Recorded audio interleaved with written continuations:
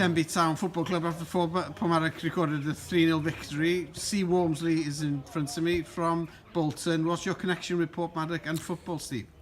I come from Bolton as often as I can to watch Portmarnock, mainly playing away actually, because it's 125 miles to Portmarnock from Bolton, so therefore a 250 mile round trip is out the question. I watch every Bolton match at home these days. Suffering like we do, but I've been watching Portmarnock a few years now. I'm friends with the marketing manager, Dylan Rees, and Eddie Blackburn, who sponsors the academy and 4 first team players. Eddie is in his mid-70s now, and actually comes from Oldham in Lancashire, which is 20 miles from me. I usually stand with Eddie at the away matches. The away matches are easier to get to, coming to Denby and Ruthin and Rill and Hollywell and 1 or 2 more Airbus, because they're all an hour and a quarter away. So I tend to come to as many away matches as I can get to. This started many years ago when I was holidaying Cricketh, where a friend of mine has a guest house on the seafront. I started going watching Portmarnock. So here we are today at Denby, and Portmarnock have won 3-0. I was here at Denby 18 months ago in that incredible game when it ended Portmarnock winning 6-4 with some absolutely stupendous goals that day. And since that time, 18 months ago, we're stood in front of the stand now that I'm looking round. I'm going to guess that there's 500 or 600 new seats here, and it's very, very impressive. But I've also noticed that in the 15 to 16 months in the last came, that everything that stands up seems to have been painted. I've also counted 74 advertising boards on the ground. There was 30 or 40 last time I came, and also, of course, the new clubhouse bar and with Sky Sports inside, and very, very, very impressed with the work that's going on here at Denby. And as I've just said to 1 or 2 of the sports at Denby, I've not seen a pitch as good as this all season. Here we are the last week in February. I know we've not had a heavy winter, but this is an absolute stupendous credit to the groundsman, and obviously to all the people at Denby, obviously from the chairman and his committee, who've done all this work in a short period of time. Someone is really working hard here, and it's a pity that Denby at this moment I think they're 4 from the bottom of the league. Let's hope to God that they don't go down, because I think this division needs them, and certainly I've also noticed today, even though there seems to be a few less Portmarnock supporters here today, I think that's because the Wales-England Rugby Union Internationals starting in half an hour, so I think that's knocked the travelling support down today. But I've noticed there seems to be a few more home spectators here today than there was here when I came last time. So let's hope they continue on an upward trend,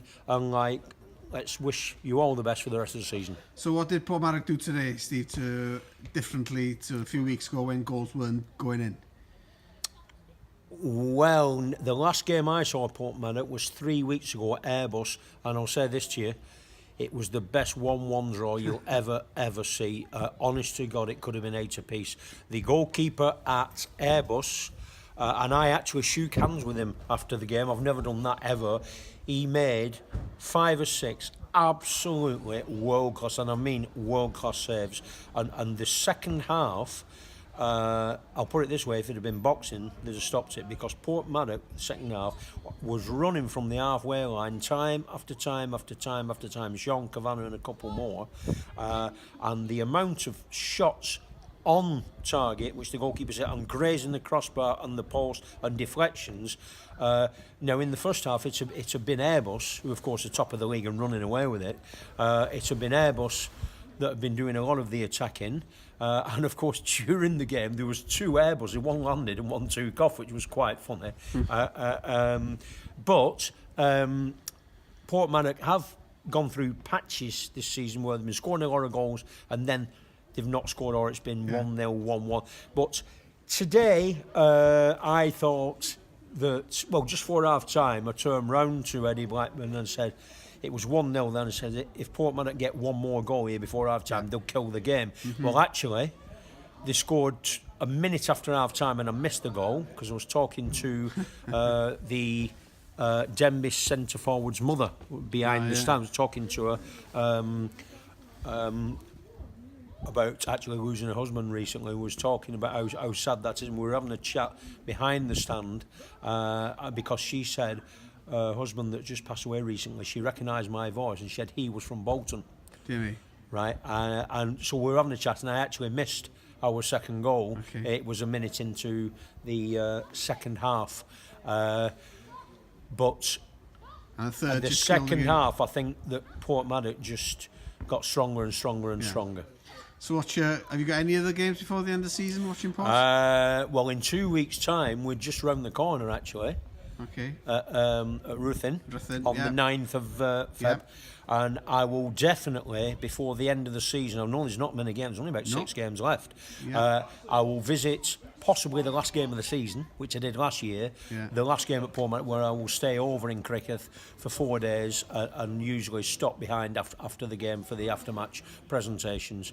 But the league has been very good this season, and there's been some really enjoyable games. Just going back to that one at Airbus 3 weeks ago, that was one of the best games of football I've seen in the last 3 or 4 years, whether it be on television and in the Premier League or any other match anywhere. It really was. And if you look at the reports on the game in the newspapers and on the websites, for 90 minutes, both teams playing on the ground all of the time, both attacked for 95 minutes. And that was one hell of a game, one of the best I've seen for a long time. It's a good advert for football. You're a good advert for football. Diolch yn fawr iawn, and safe journey home. Thank you very much.